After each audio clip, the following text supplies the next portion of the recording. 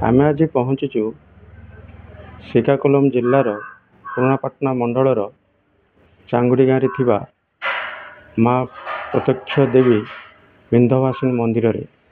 ଏହି ମନ୍ଦିର ରାଜା ରାଜୁଡ଼ କାଳରୁ ଅବସ୍ଥାପିତ ରହିଛି।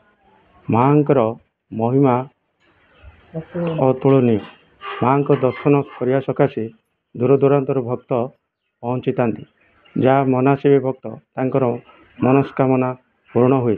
ତେଣୁ ଭକ୍ତ ଏଠାରେ ସୁଅ ଛୁଟିଥିବାର ଦେଖିବାକୁ ମିଳିଛି। ପ୍ରତିବର୍ଷ ଏଠାରେ 9 ଦିନ ଯାତ୍ରା ହୁଏ। ଏହି 9 ଦିନ ଯାତ୍ରାରେ ବହୁ ଭକ୍ତଙ୍କ ସମାଗମ ହୁଏ ଏବଂ ଏହି ଯାତ୍ରା ପରିସମାପ୍ତି ହୋଇଯାଇଛି। ଆଜି ଚୈତ୍ର ମଙ୍ଗଳବାର ଶେଷ ମଙ୍ଗଳବାରରେ ଭକ୍ତଙ୍କ ମଧ୍ୟ ସମାବେଶ ହୋଇଥିଲା। ମାଙ୍କୁ ଦର୍ଶନ କରିବା ସକାଶେ ଭକ୍ତଙ୍କ ସମାଗମ ହୋଇଛନ୍ତି। ମାଙ୍କୁ ଦର୍ଶନ କରି ଆଶୀଷ ନେଇଥିବାର ଦେଖିବାକୁ ମିଳିଛି। ଚାଲନ୍ତୁ ବୁଝିବା ମାଙ୍କ ବିଷୟରେ ପୂଜାରୀ ଠାରୁ। ମା ବିନ୍ଧ୍ୟବାସିନୀ ଆଜି ଚୈତ୍ର ମାସର ଚତୁର୍ଥ ମଙ୍ଗଳବାର ହୋଇଥିବାରୁ ଭକ୍ତମାନଙ୍କ ସମାଗମ ଦେଖିବାକୁ ମିଳିଛି। ଏହି ବିନ୍ଧ୍ୟବାସିନୀ ମନ୍ଦିର ଆନ୍ଧ୍ର ଓ ଓଡ଼ିଶାର ସୀମାନ୍ତରେ ଅଛି। ଚାଙ୍ଗୁଡ଼ି ଗ୍ରାମରେ ଅଛି। ମହେନ୍ଦ୍ର ତନୟା ନିକଟରେ ଚାଙ୍ଗୁଡ଼ି ଗ୍ରାମ, ସେହି ଗ୍ରାମରେ ବିନ୍ଧ୍ୟବାସିନୀ ମା ଅଛନ୍ତି। ଏଠାକୁ ବହୁ ଭକ୍ତଙ୍କ ସମାଗମ ହୁଏ।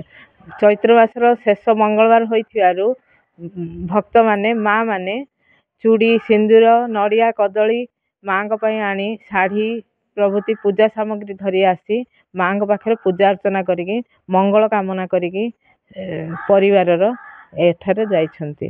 ଜୟ ମା ବିନ୍ଧ୍ୟବାସିନୀ। ପରିଚୟ କୃଷ୍ଣ ମହାନ୍ତି, ଚାଙ୍ଗୁଡ଼ି। କ'ଣ କହିବେ ମା ବିନ୍ଧ୍ୟବାସିନୀଙ୍କର ପ୍ରତ୍ୟକ୍ଷ ଦେବୀଙ୍କର? ଇଏ ହେଉଛି ଶ୍ରୀକାକୁଲମ ଜିଲ୍ଲା, କିନ୍ତୁ ପାପପାଟଣା ଆମର ଚାଲିଛି।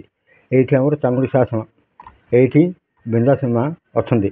ତେଣୁ କରିକି ପୂଜାପୂଜି ନିୟମ ନିଷ୍ଠାରେ ଚାଲିଛି। ଏବେ ନବରାତ୍ର ଆରମ୍ଭ ହୋଇକି ଶେଷ ହୋଇଗଲା। ଇଏ 9 ଦିନ ପୂଜା ବହୁତ ଲୋକ ଆସି ଦର୍ଶନ କରି ଗହଳ କରି ଯାଉଛନ୍ତି। କିନ୍ତୁ ଆଜି ଶେଷ ସମୟରେ ଭିଡ଼ିଓ କଭର କରିବାକୁ ମୁଁ ଚାଲିବ। କିନ୍ତୁ ପୂଜା ପାଠ ସର୍ବାର୍ଚନା ଯାହା ଦରକାର ସବୁ ଯାକ ଏଠି ନିୟମ ନିଷ୍ଠା ଚାଲିଛି। ମାଙ୍କର ଆଶୀଷ ସକାଶେ ଏଇଟା କୃଷ୍ଣ ଗଜପତିଙ୍କ ପ୍ରତିଷ୍ଠା। କୃଷ୍ଣ ଗଜପତି ଓ ଗୋପୀନାଥ ଗଜପତିଙ୍କ ପ୍ରତିଷ୍ଠା। 3 ପୁରୁଷ ଏବେକୁ 510 ବର୍ଷ ଚାଲୁଛି। ମନ୍ଦିର ହୋଇଛି, ନିର୍ମାଣ ହୋଇଛି। କିନ୍ତୁ ମନ୍ଦିର କାରଖାନା ଭଲ ଭାବରେ ଚାଲିଛି। ଆହୁରି ହେବାର ବ୍ୟବସ୍ଥା କରିବାକୁ ପଡ଼ୁଛି। ମା ଗୋଟେ ପ୍ରତ୍ୟକ୍ଷ ଦେବୀ। ମାଙ୍କ ଆଶୀଷ ମାଙ୍କ ପ୍ରତ୍ୟକ୍ଷ ଦେବୀ ଯାହା ମନସ୍କାମନା କଲେ ତା ଭାବନା ରହୁଛି। ବହୁତ ଦୂରରୁ ଆସୁଛନ୍ତି। ବହୁତ ଦୂରରୁ ଆସିକି ଦର୍ଶନ କରି ଯାଉଛନ୍ତି ଲୋକ। କିନ୍ତୁ ଇଏ ନବରାତ୍ରରେ ବହୁତ ଲୋକ ଆସି ଗହଳି କରିକି ଭଲ ପୂଜା ପାଠ କରି ଯାଉଛନ୍ତି।